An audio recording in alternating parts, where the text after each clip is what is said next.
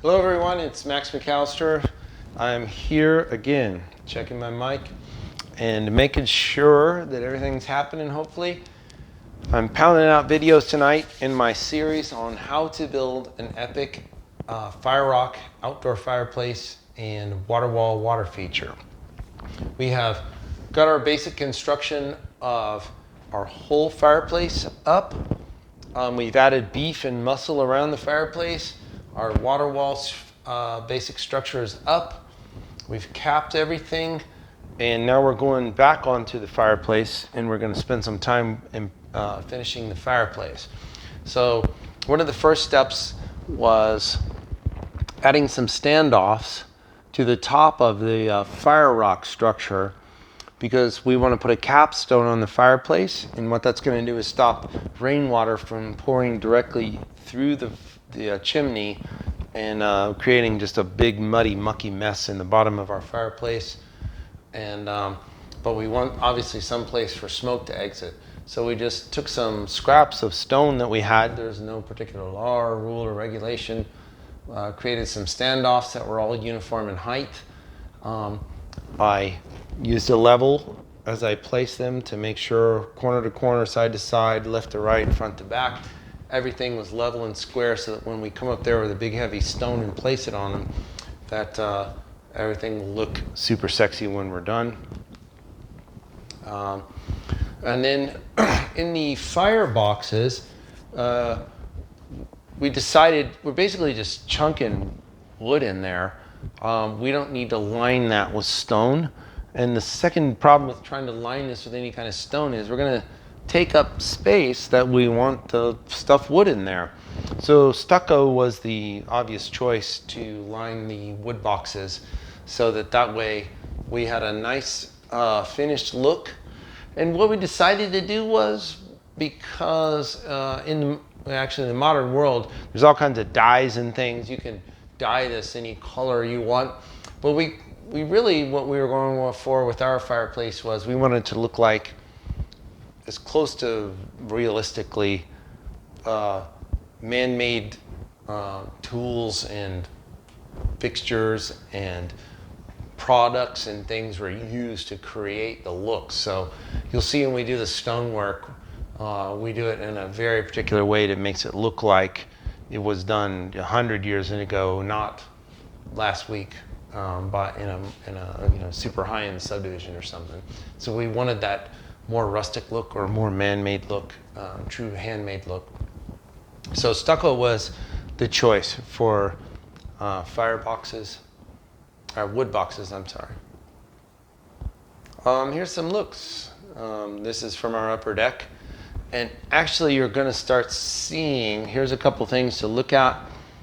Now we're starting to lay in cap blocks. We're gonna start adding the muscle up the side of the chimney to give it beef and give it appearance. And you can see we've started laying in mud and mortar, filling in corners. We're rounding corners inside the water feature, starting to give it that bathtub style and shape, to give it that look, so that it has a nice, a pretty appearance when we're done. Again, left to right, front to back, this is the only way that when you get that nice finished cap up there, that's going to look proper.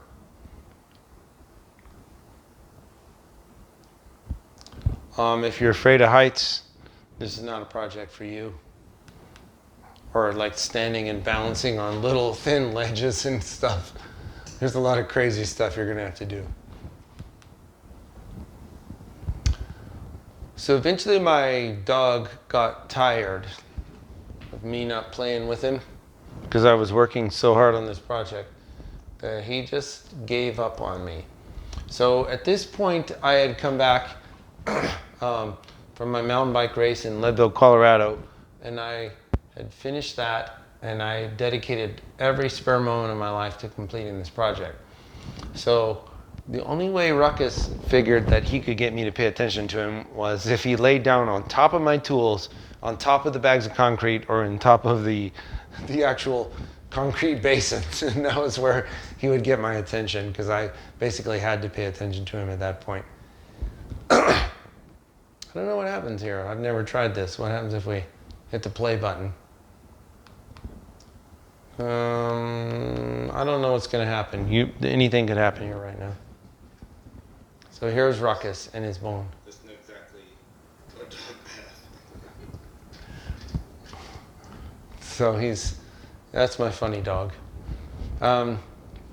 So here you can see we're starting to add the beef and the muscle to the FireRock fireplace to give it a much more enhanced look than they provided. Now, I could have taken this stonework and done this preemptively prior to placing the caps, but I felt it added a much more detailed, intricate, overlapped, and much deeper thought out look to overlap the stonework and the masonry over the bench tops. So I've interlocked all of this, which gives it a level of depth and beauty that if I had paid someone, we would not have had. They would have done this. Any normal company would have run these cinder blocks right up there. None of this would have been there. The stonework would have gone up, and the cap would have started for the wood box would have started right there. But in our case, all of it integrates, overlaps. It gives it depth and character that no one would have ever done for us.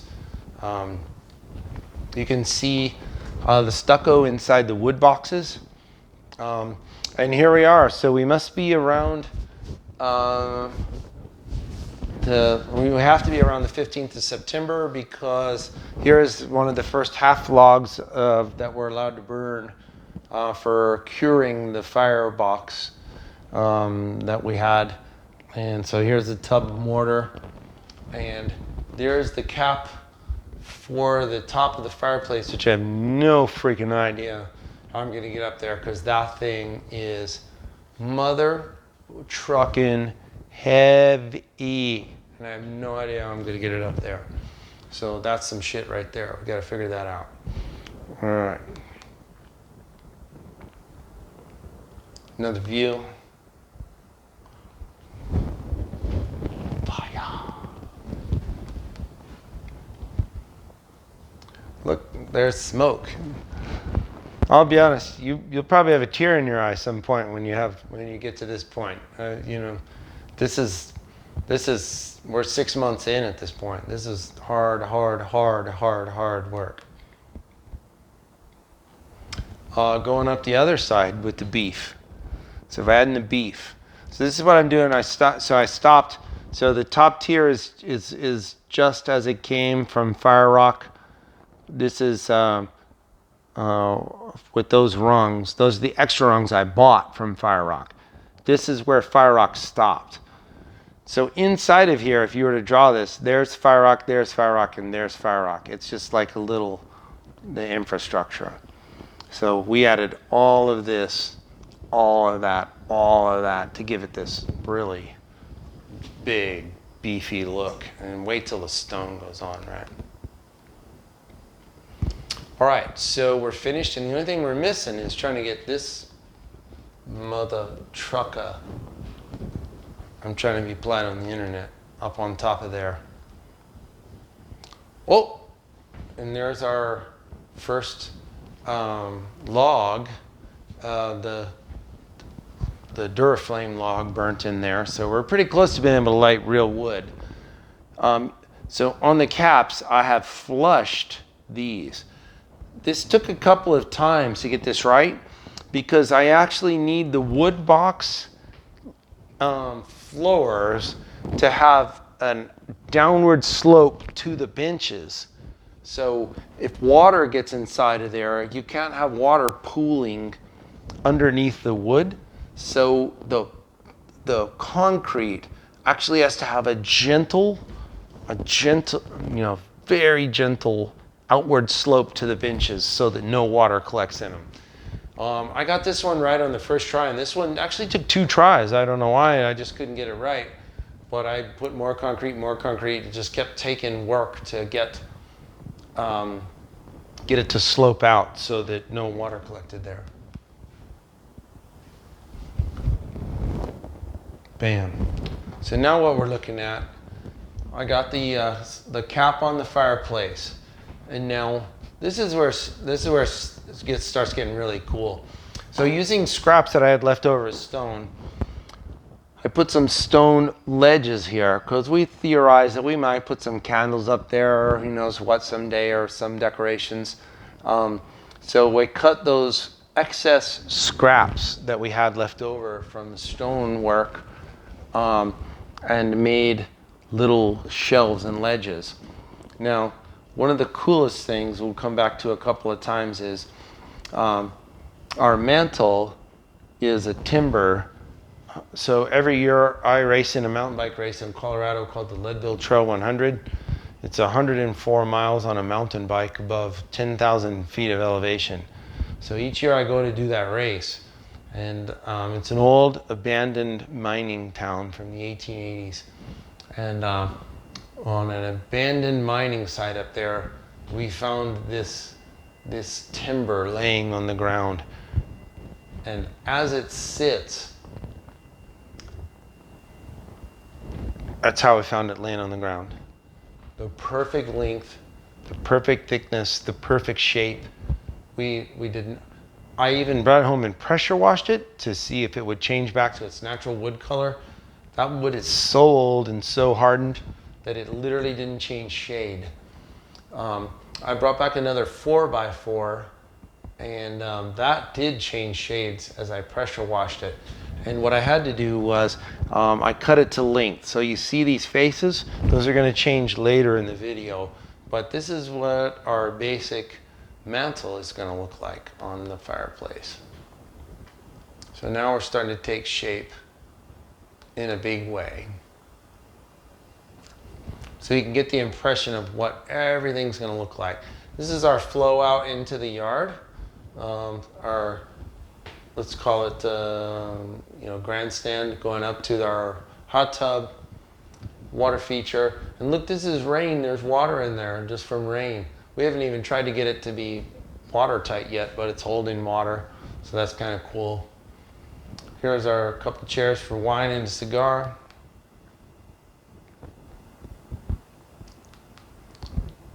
Some nice looks along the way. And it appears we've lit a fire. And so now you're kind of going to get some looks up at a glow and a full moon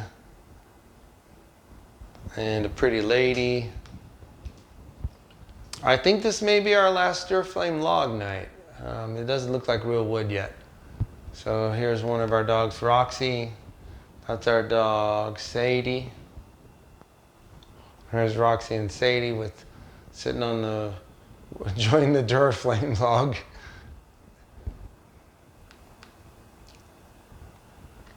Throwing toys to the dogs. So look, we're still months away, believe it or not. As harsh as this sounds, we're months away from completing this project. But we've gotten to where we can light wood, and that's a good place to stop this video. So I'm going to stop this one. We'll start up another segment shortly and show you how things progress from there. So I'm Max. Please don't forget to like this video, share it with your friends who are dreaming of a project like this, and don't forget to subscribe to my channel, and I'll keep this great content coming.